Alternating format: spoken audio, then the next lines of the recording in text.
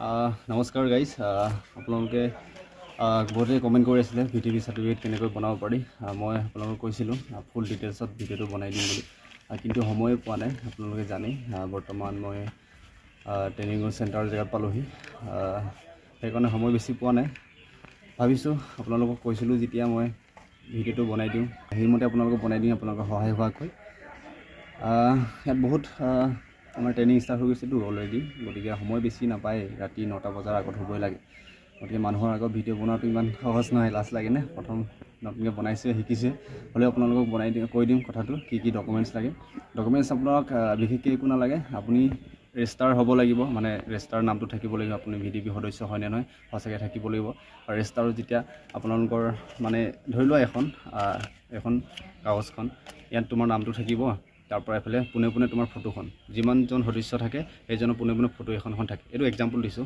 Photo এখনখন থাকে সেইখন কাগজ আপোনালোকে ল'ব লাগিব কাগজখন লোৱাৰ পাছত জেৰক্স কৰিব লাগিব আৰু এপ্লিকেশ্যন এখন লিখিব লাগিব এপ্লিকেশ্যনখনত SP অফিচলৈ লিখিব লাগিব মোক যাতে ভিটিপি চাৰ্টিফিকেটখন পাব পাৰি সেইবুলি লিখিব লাগিব লাগে গতিকে সেইখন চিল মাৰিব লাগিব আৰু ডকুমেণ্টছ এটা আছিলে কিন্তু মই পাহৰিছোঁ বৰ্তমান বহুত দিনতো লোৱাটো পাহৰিছোঁ গতিকে আপোনালোকে যদি SP অফিচলৈ সোধে গৈ পিনি সোধে তেতিয়াও কৈ দিব কি ডকুমেণ্টছ লাগে আৰু আপুনি ভিটিপি প্ৰেচিডেণ্টৰ ওচৰত গ'লে বা ছেক্ৰেটেৰীৰ ওচৰত গ'লেও কৈ দিব কি ডকুমেণ্টছ লাগে যদি সোধে তেখেতে ভালদৰে কৈ দিব সেইখিনি ডকুমেণ্টছ দিব গোটেইখিনি 3খনমান ডকুমেণ্টছ দিব ডকুমেণ্টছখিনি লৈ পিনি আপুনি চিল মাৰি পিনি লৈ SP অফিচলৈ গৈ পিনি আপুনি কাগজখিনি জমা দিলে 2-3 দিনৰ ভিতৰতে আপুনি কাগজখিনি ভিটিপি চাৰ্টিফিকেটখন পাব আৰু প্ৰথম কথাটো হ'ল আপোনাৰ বহুতে গৈ আছে কিমান বছৰ লাগিব আপুনি 1 বছৰ যদি এক্সপিৰিয়েঞ্চ থাকে ভিটিপি সদস্য যদি 1 বছৰ থাকে তেতিয়া আপুনি চাৰ্টিফিকেটখন উলিয়াব পাৰিব আৰু 1 বছৰ চাৰ্টিফিকেটখন উলিয়াব পাৰিব তেতিয়া আপুনি ভিটিপি কোটাত মানে তোমাৰ নামটো যাব আৰু সেকেন্ড কথাটো হ'ল কি আপোনাৰ যদি 3 বছৰ যদি এক্সপিৰিয়েঞ্চ থাকে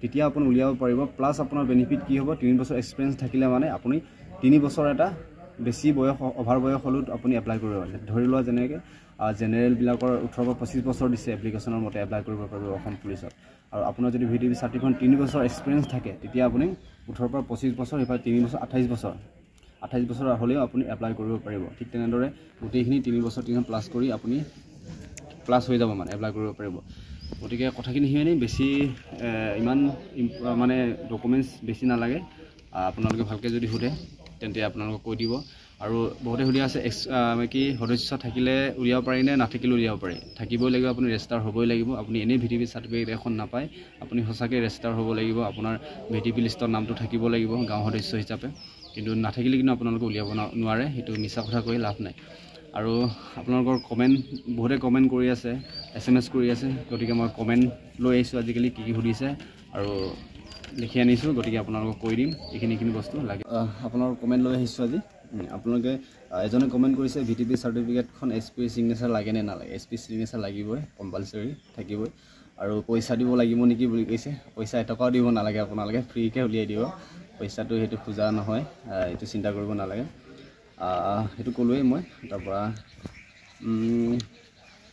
এজনে কমেণ্ট কৰিছিল কি দাদা ভিটিপি চাৰ্টিফিকেটখন 2024 চনতে উলিওৱা আছিল এতিয়া 26 চনত হ'ব নহয় হৈ যাব আপুনি আকৌ নতুনকৈ উলিয়াব নালাগে সেইখন চাৰ্টিফিকেটে হৈ যাব সেইখনৰ পৰা এপ্লাই কৰিব পাৰিব আৰু আপোনালোকে এপ্লাই কৰোঁতে দিব লাগিব আপলোড কৰিব লাগিব চাৰ্টিফিকেটখন পাছতো দেখাব লাগিব আপলোড এপ্লাই কৰোঁতে এপ্লাই কৰিব লাগিব দিব লাগিব এজ লিমিট SC ভিটিপি চাৰ্টিফিকেট কাম দিব নাই কাম দিব কিয় নিদিব চবতে দিব তাৰপৰা ভণ্টি এজনী সুধিছে কি ছোৱালীয়ে এপ্লাই কৰিব পাৰিব নোৱাৰে ভিটিপি চাৰ্টিফিকেট উলিয়াব পাৰিব নোৱাৰে গতিকে চিন্তা কৰিব নালাগে ছোৱালীও সদস্য থাকে আমাৰ গাঁৱতো আছিলে আপোনালোকে সোমাব পাৰিব আৰু যোনবিলাকে অলৰেডি নাই নাম থকা নাই লিষ্টত তেনে আপোনালোকে এতিয়া সোমাই থওক এতিয়া নহ'লে কি পাছত হ'লেও আপোনালোকে উলিয়াব পাৰিবতো গতিকে ভিটিপি সদস্য হিচাপে আপুনি নামটো লিখাই ল'ব পাৰিব তাৰপৰা ভিটিপি চাৰ্টিফিকেট মানে কি বুলি কৈছে এজনে গতিকে তেখেতে বুজি পোৱা নাই চাগে ভিটিপি চাৰ্টিফিকেট মানে হ'ল আপোনাৰ যিকোনো পোষ্টত অসম পুলিচত মানে আপোনাৰ 1% ৰিজাৰ্ভেশ্যন দিয়ে আগতে 3 নম্বৰ নে 2 নম্বৰ এটা কিবা দিছিলে মানে প্লাছ হয় এতিয়া নাম্বাৰটো হটাই দিলে আৰু 1% ৰিজাৰ্ভেশ্যন দিয়ে গতিকে বহুত বেনিফিট হয় আৰু 3 বছৰ এক্সপিৰিয়েঞ্চ যদি থাকে আপোনাৰ ভিটিপি চাৰ্টিফিকেটখনত কাম কৰা তেতিয়া আপুনি যদি SC যদি নৰ্মেলি আমাৰ 18 পৰা 25 বছৰলৈকে এপ্লাই কৰিব পাৰি চাকৰিত আৰু এজ ৰিলেক্সেশ্যন হিচাপে আপোনাৰ 5 বছৰ আপোনাৰ 30 বছৰলৈকে এপ্লাই কৰিব পাৰি আৰু যদি VDP চাৰ্টিফিকেটখন যদি থাকে আৰু 3 বছৰ এপ্লাই কৰিব পাৰি তেন্তে আপোনাৰ 33 ইয়াৰ্ছলৈকে আপুনি এপ্লাই কৰিব পাৰিব। আৰু সেকেন্ড কথা হ'ল জেনেৰেল VDP চাৰ্টিফিকেট থাকিলে কিমান বছৰ ইণ্টাৰভিউ দিব পাৰিব। গতিকে জেনেৰেলটো সেইটোৱে 18 পৰা 25 বছৰ দিয়া আছে এপ্লিকেশ্যনৰ মতে। যদি জেনেৰেল 18 পৰা 25 বছৰ, যদি VDP 3 ইয়াৰ্ছ যদি এক্সপিৰিয়েঞ্চ থাকে চাৰ্টিফিকেটখন থাকে তেতিয়াহ'লে আপোনালোকে আৰু 3 বছৰ এটা পাব। তাৰপৰা এজনে কমেণ্ট কৰিছে মোৰ 31 হৈছে দাদা VDP চাৰ্টিফিকেট থাকিলে পাৰিমনে? আপোনাৰ জেনেৰেলটো কৈ দিয়া হ'লে ভাল আছিলে। যদি আপোনাৰ এপ্লিকেশ্যন মতে যিমান যদি 25লৈকে দিছে যদি চাৰ্টিফিকেটখন থাকে তেন্তে 3 ইয়াৰ্ছ এটা আপুনি এপ্লাই কৰিব বেছি হ'লে।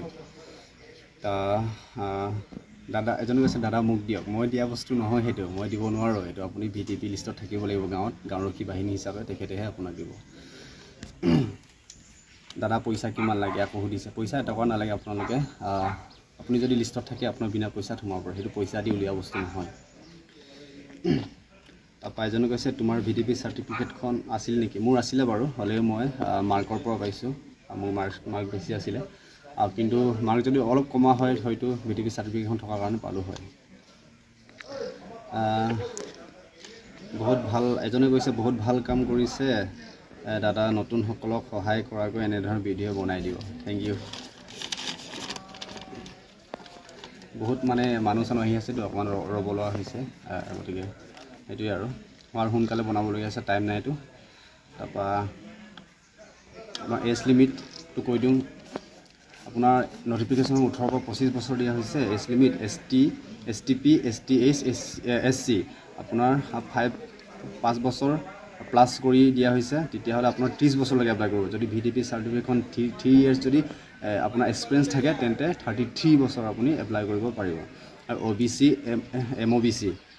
MOBC ক্ষেত্ৰতো 25 বছৰলৈকে আছিলে, কিন্তু আপোনাৰ এজ ৰিলেক্সেশ্যনৰ 3 বছৰ প্লাছ কৰি দিছে, তেন্তে আপোনাৰ 28 বছৰ হ'ল। তাৰপৰা যদি চাৰ্টিফিকেটখন থাকে তেন্তে 3 বছৰ প্লাছ হ'ব, 31 বছৰলৈকে আপুনি এপ্লাই কৰিব পাৰিব। তাৰপৰা জেনেৰেল 18 পৰা 25 আপোনাৰ যদি VDP চাৰ্টিফিকেটখন থাকে তেতিয়া আপুনি 28 বছৰলৈকে পাৰিব। জেনেৰেল সকলে ভালকৈ শুনিলে 28 বছৰলৈকে পাৰিব। আৰু VDP কোটা বুলি ক'লে মানে আপোনাৰ 1% ৰিজাৰ্ভেশ্যন আছে। যদি এক বছৰ যদি হয় চাৰ্টিফিকেটখন, 1 বছৰ যদি এক্সপিৰিয়েঞ্চ থাকে তেন্তে 1% ৰিজাৰ্ভেশ্যন আছে। যদি আপোনাৰ 3 বছৰ যদি এক্সপিৰিয়েঞ্চ আছে, 3 বছৰ এক্সপিৰিয়েঞ্চ থাকি পিনি যদি চাৰ্টিফিকেটখন উলিয়াইছে তেনেহ'লে আপোনাৰ 1% ৰিজাৰ্ভেশ্যন পাবাই। আৰু তাৰ ফলত আপোনাৰ 3 বছৰ এটা প্লাছ হ'ব মানে। কিন্তু 1 বছৰ যদি এক্সপিৰিয়েঞ্চ থাকে তেন্তে অকল 1% ৰিজাৰ্ভেশ্যনহে হ'ব তোমাৰ, মানে 1% এটা VDP কোটা হিচাপে সোমাবা। কিন্তু যদি আপোনাৰ 3 বছৰৰ কাৰণে এক্সপিৰিয়েঞ্চ থাকে তেতিয়াহ'লে আপোনালোকে 3 বছৰ এটা প্লাছ হ'ব। সেইটোৱে আপোনাৰ বেনিফিট। গতিকে আপোনালোকৰ যদি নাম নাই আপোনালোকে ভৰাই লওক সদস্যত, VDP সদস্যত ভৰাই লওক গাঁওৰক্ষী বাহিনীত। গতিকে এতিয়া নোৱাৰিলে কি হ'ব, নেক্সট আকৌ আহিব পোষ্ট, তেতিয়া আপুনি উলিয়াই ল'ব পাৰিব। বহুত বেনিফিট হয়। আপোনালোকে জানেই 1 নম্বৰৰ কাৰণে আপোনালোকে কিমান কান্দিব লগা হয়।